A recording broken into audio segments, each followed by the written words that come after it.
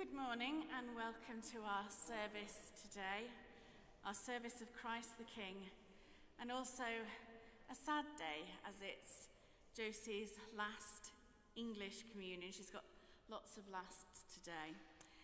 You probably are a little cold, and I apologise for that. Our heating hasn't been working for a long time, but thankfully we are on the case. Parts have been ordered. One part hopefully will be installed sometime this week. It may work after that, it may not. So we also have another part on order, which might take up to 2 weeks. Hence the blankets, so please do use them if you need them. Many of them were donated to us for now by Cuffin, so we're extremely grateful to them for that. And I think others, I was told, were on a Black Friday sale. So, thank you to the world for that. But thank you for everybody who's working really hard to try and get the heating back on. Just a few notices, just to draw your attention. Next Sunday is Advent Sunday, and we have the whole Bishops of Wales with us. So we have one service at 11 o'clock, and we're going to welcome the Cross of Wales, and we are also... The Bishop of Llandaff will preach, and at 6 o'clock that evening will be our Advent Carol service. We're going to start an Advent course, and the Zoom details are there. If we can work out the technology, we might have it in person as well. But anybody who wants to, please email me, and I'll let you know the other details. But the Zoom password is there, and the ID. And the Food Bank Christmas Appeal, of course, which is very important. As we do every year, we buy presents and wrap them for people who come to the food bank.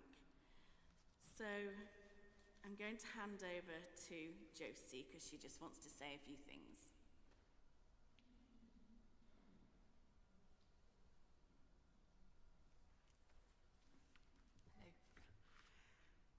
We've known for many months that I'm going to be leaving the cathedral and Brodaniel today.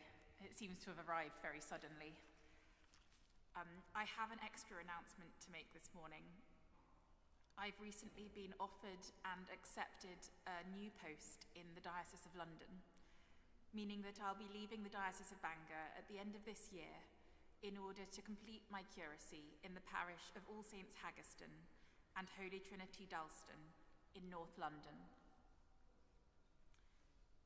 I'm deeply sorry to be leaving this place, where I have made so many friends, so many memories, and have shared in so much with all of you.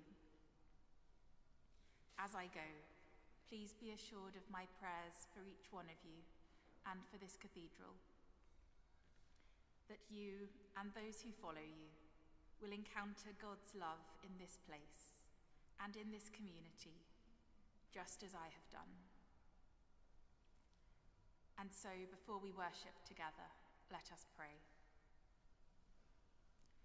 Eternal God, dwell with us and bless us, all who worship you in this place, all who give their time, their creativity, their labours, their lives in your service. Guide us in our confusion, strengthen us in our weakness, comfort us in our despair. Turn our eyes to you. Dwell here and bless this cathedral, this place where faith is lived, where love is made known, and where hope endures, now and forevermore. Amen.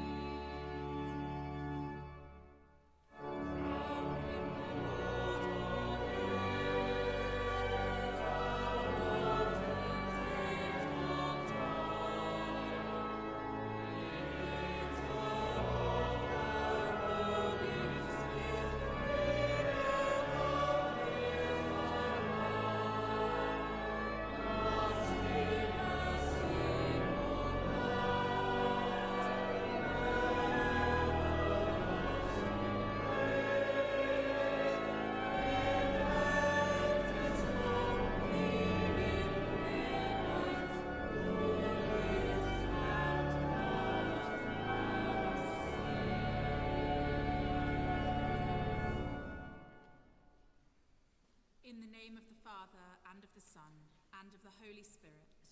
Amen. Grace and peace be with you. And keep you in the love of Christ. Those who sowed with tears will reap with songs of joy. As we gather to celebrate this Holy Eucharist to the glory of God, we prepare ourselves by confessing our sins. We who are called to tread in holy footsteps, we who are lax in the way, we who have need of the example of the saints and their prayers for us at journey's end. Heavenly Father, we have sinned in thought, word, and deed, and have failed to do what we ought to have done. We are sorry and truly repent. For the sake of your Son, Jesus Christ, who died for us, forgive us all that is past, and lead us in his way, to walk as children of light. Amen. Almighty God, have mercy on you, forgive you and set you free from sin, and keep you in eternal life. Amen.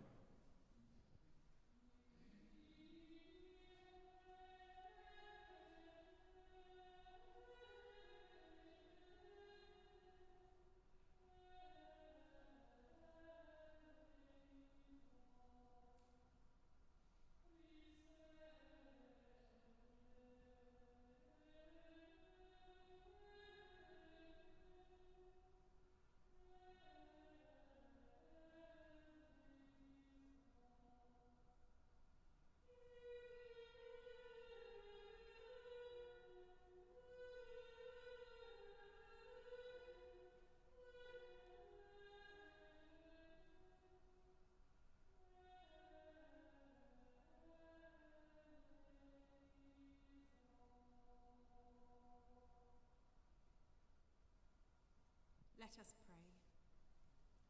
Stir up, we beseech you, O Christ our King, the wills of your faithful people, that they, plenteously bringing forth the fruit of good works, may by you be plenteously rewarded, through the same, who reigns with the Father and the Holy Spirit, one God, now and eternally.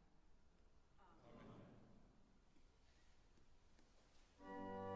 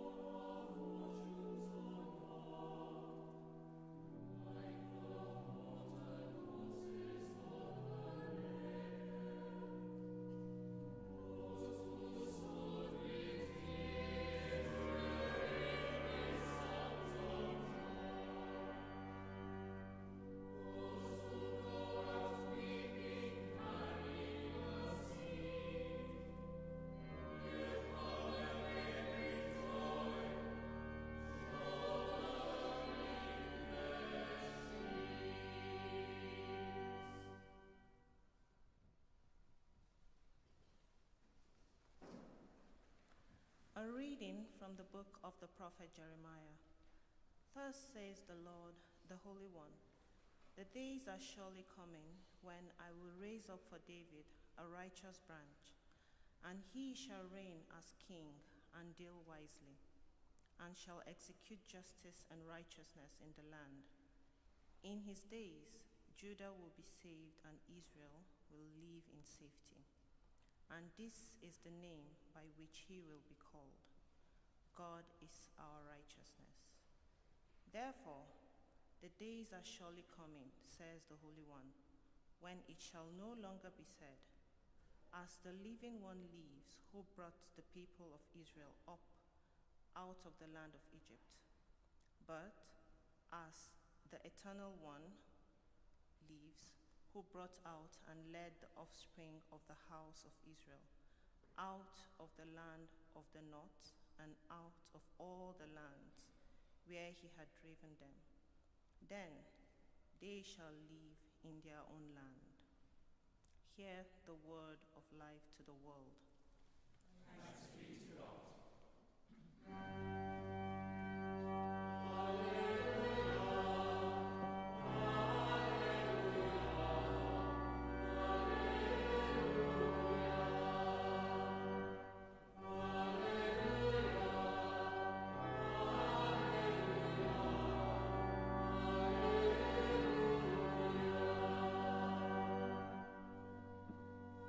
Raise up for David a righteous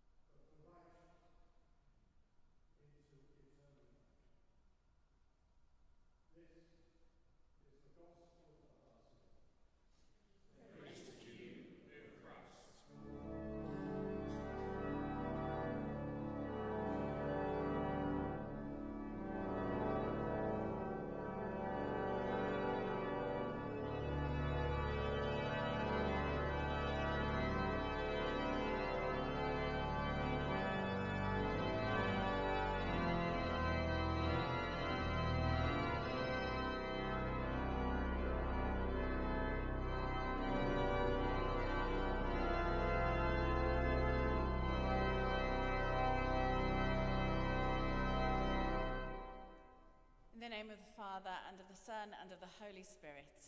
Amen.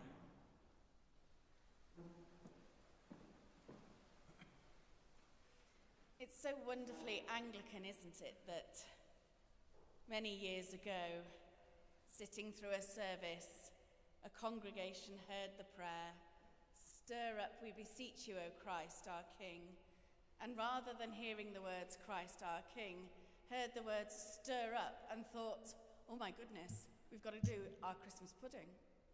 So today is Stir Up Sunday, where you must go and stir your Christmas pudding. But more importantly, it's the feast of Christ the King. The origins of the feast of Christ the King is contested, but it was introduced in a time when the world was left reeling from the devastation of the First World War. Millions had died or been wounded. Countries faced economic collapse. Unemployment was on the rise, and many people were on the point of starvation. Does that sound familiar? People were desperate and sought anything that offered them even a grain of hope. In a post-war time when the existence of God was being questioned, the charismatic leaders such as Mussolini, Hitler, and Stalin seemed to offer that hope. Leaders who were skilled propagandists, those who twisted the truth and controlled what was taught in universities. They controlled who was allowed to work as reporters and who governed with them. Outwardly, they promised to make their countries great again by funding high-profile projects such as the fastest seaplane in the world or miles of highway connecting cities. Wealth was king. It brought power, influence, and political control. But behind the scenes, a much darker politics was on the rise, ruled by fear, violence, and lies. And it was into this environment that Pope Pius XI instigated the feast day of Christ the King. He was dismayed that since the cessation of the hostilities of the First World War, there had been no real peace. And he argued that true peace came only from Christ himself. Against this anti-Christian uprising, where success is measured by wealth and power, Christians were encouraged to once again pronounce Christ as King and no other, a risky truth. Our gospel reading that John just read today presents us with a very different type of measuring success. Not the hoarding of wealth or the exercise of power over people. Jesus rules by love and forgiveness.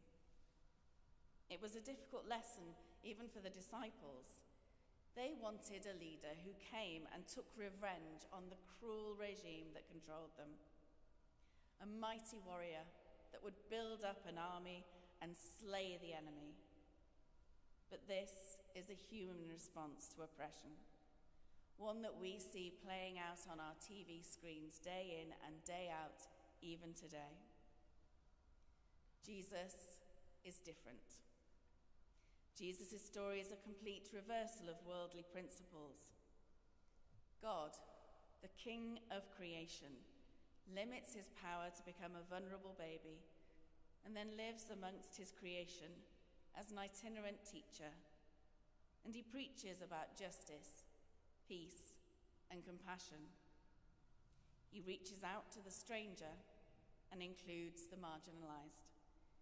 He gives people back their dignity and voice by telling them of God's love for them and showing them this new way of being. In this way, he starts to threaten the ruling powers and is, as we know, killed by them. But not for long.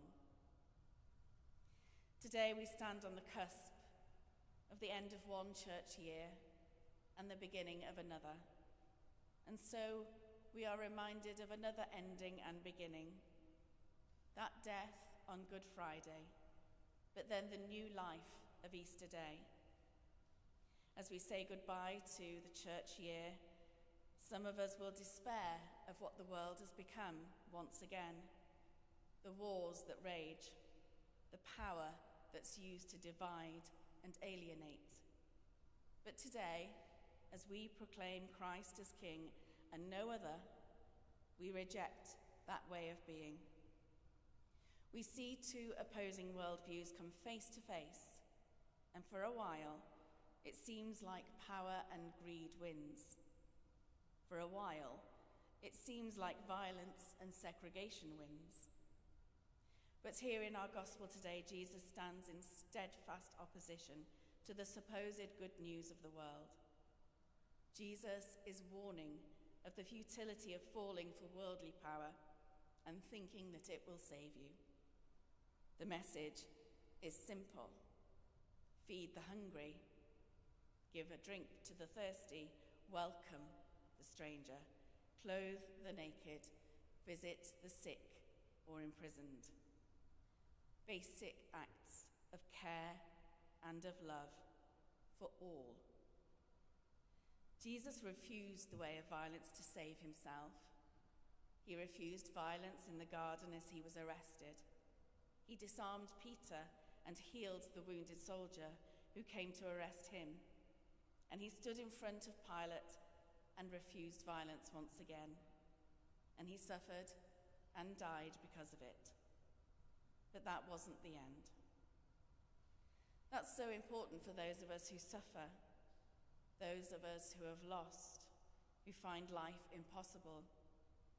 It will have been important after the First World War, and it is as important for us today. God also suffered. God also stood face to face with evil and seemed to have lost. But that is never the end of the story.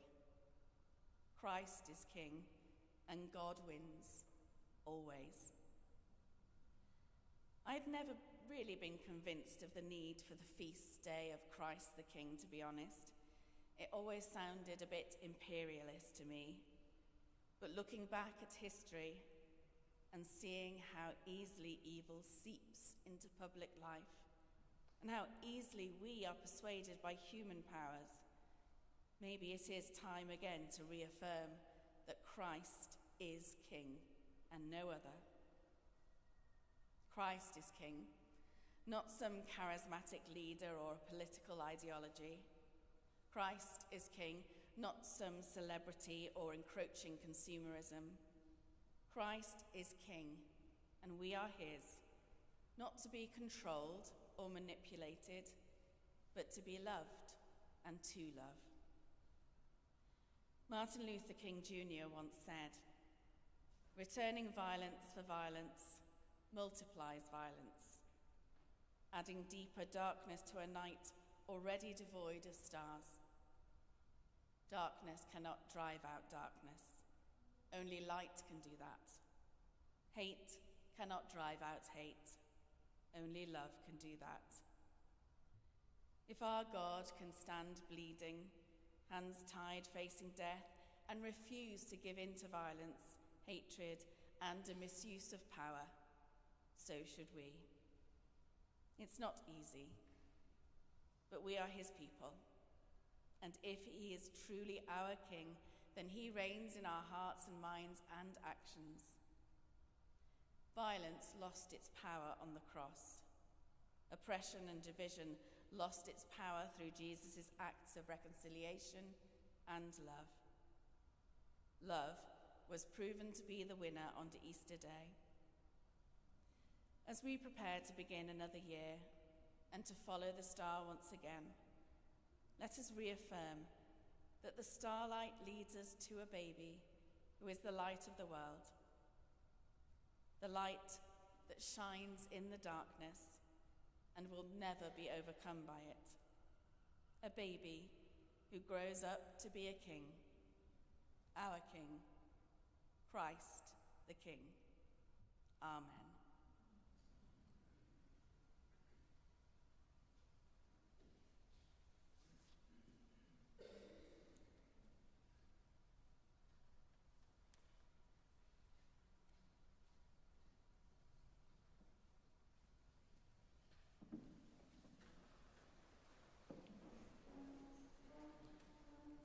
Together, let us affirm our faith. I believe and trust in God the Father, who created all that is. I believe and trust in his Son, Jesus Christ, who redeemed humankind. I believe and trust in his Holy Spirit, who gives life to the people of God. I believe and trust in one God, Father, Son, and Holy Spirit. Amen. With all our hearts and with all our minds, let us pray to God.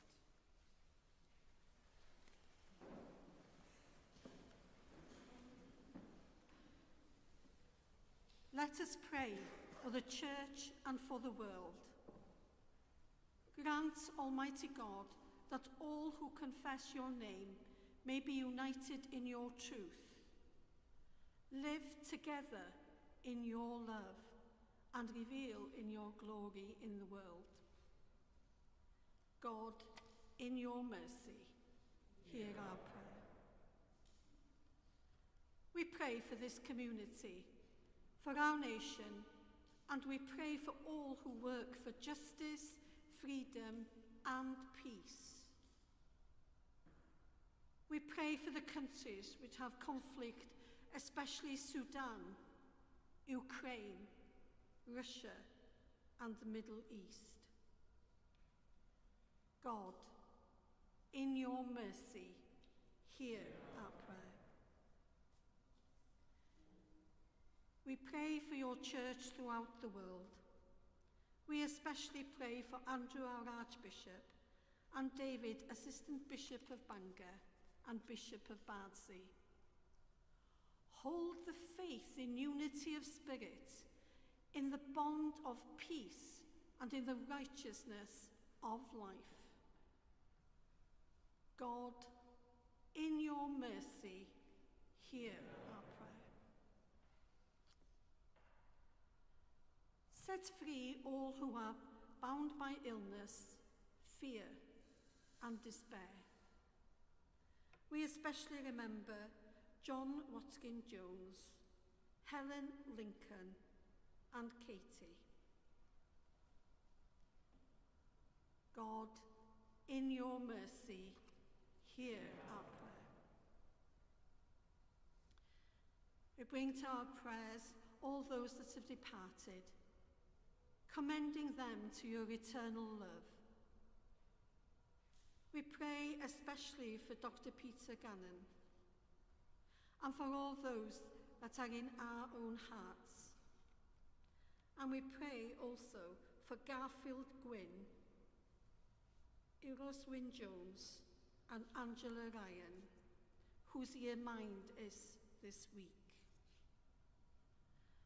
Rest eternal grant unto them, O God, and let bright perpetual shine upon them. May they rest in peace and rise in glory. We offer our prayer through Christ as his loving servants. Merciful Father, accept these prayers for the sake of your Son, our Saviour, Jesus Christ. Amen.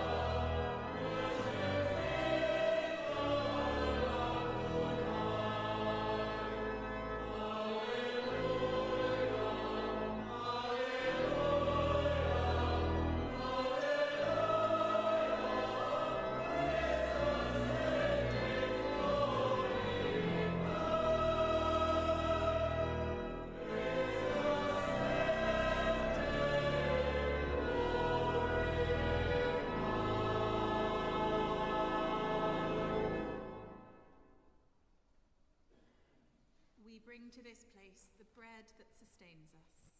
It will become for us the bread of life. We bring to this place the wine that mellows us. It will become for us the lifeblood of the world. Grace and peace be with you. And keep you in the love of Christ. Lift up your hearts. We lift them to the Lord.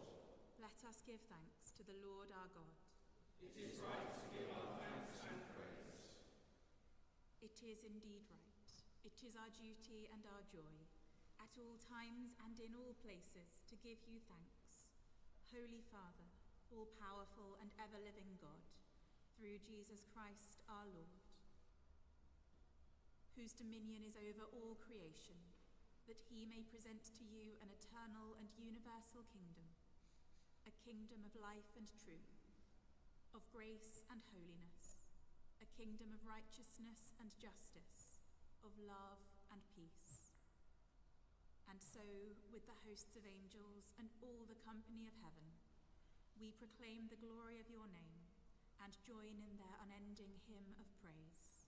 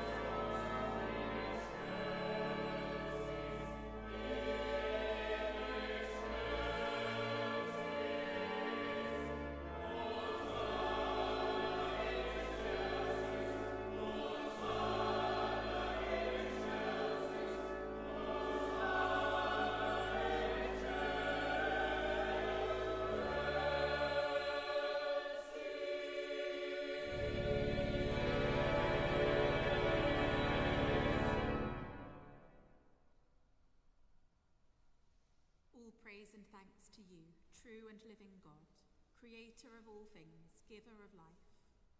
You formed us in your own image, but we have marred that image and fall short of your glory. We give you thanks that you sent your Son to share our life. You gave him up to death that the world might be saved, and you raised him from the dead, that we might live in him and he in us. Sanctify with your Spirit this bread and wine, your gifts to us, that they may be for us the body and blood of our Saviour Jesus Christ. On the night he was betrayed, he took bread, And when he had given thanks, he broke it and gave it to his disciples, saying, "Take, eat. This is my body, which is given for you. Do this in remembrance of me."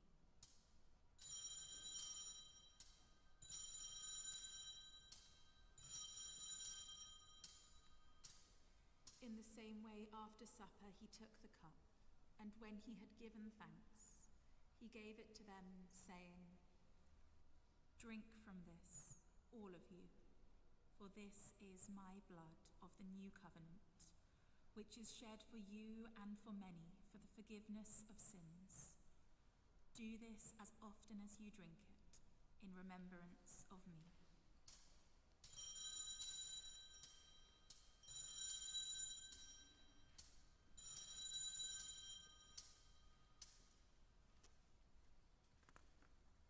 Let us proclaim the mystery of faith. Christ has died. Christ is risen. Christ will come in glory. As he has commanded us, Father, we remember Jesus Christ, your Son, proclaiming his victorious death, rejoicing in his resurrection, and waiting for him to come in glory. We bring to you this bread, this cup. Accept our sacrifice of thanks and praise. Restore and revive your people. Renew us and all for whom we pray with your grace and heavenly blessing. And at the last, receive us with all your saints into that unending joy promised by your Son, Jesus Christ, our Lord. Through him, with him, in the unity of the Holy Spirit, all honor and glory are yours, Almighty Father, forever and ever.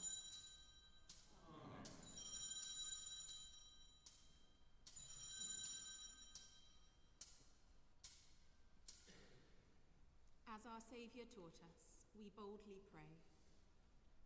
Our Father, who art in heaven, hallowed be thy name. Thy kingdom come, thy will be done, on earth as it is in heaven. Give us this day our daily bread, and forgive us our trespasses, as we forgive those who trespass against us. And lead us not into temptation, but deliver us from evil. For thine is the kingdom, the power, and the glory, forever and ever. Amen. The kingdom of God is righteousness, peace, and joy in the Holy Spirit. The peace of the living God be always with you. And keep you in the love of Christ. We share a sign of peace.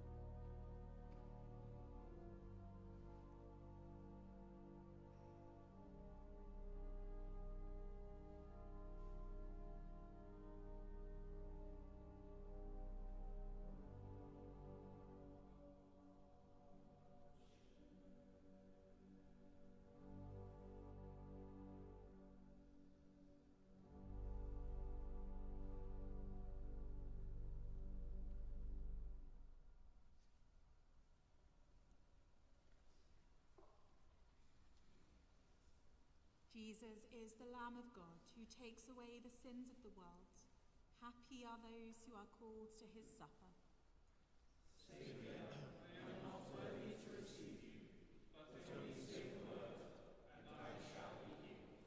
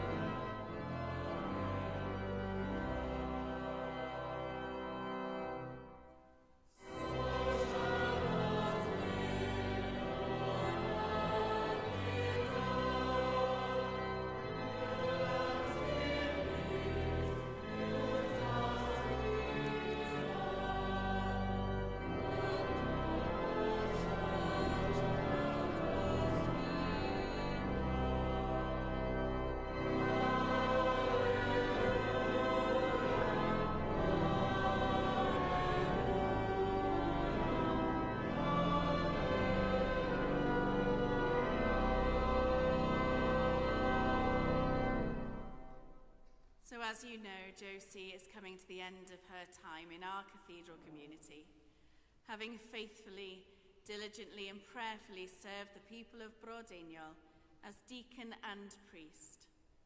Josie, as you leave us to begin a new chapter of life and ministry, so we pray God to be with you. May God himself watch over you. May he be your shade at your right hand. May God keep you from all evil, for it is he who shall keep your soul. May God preserve your going out and your coming in from this time forth and forevermore. May God uphold you by his love and enable you by his Spirit, that through your ministry his church may be strengthened and his name be glorified. Through Jesus Christ, our Saviour. Amen.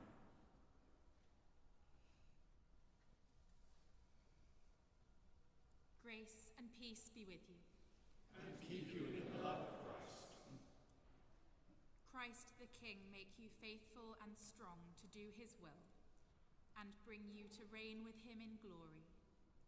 And the blessing of God Almighty, the Father, the Son, and the Holy Spirit be among you and remain with you always. Amen. Let us go forth in peace. In the name of Christ.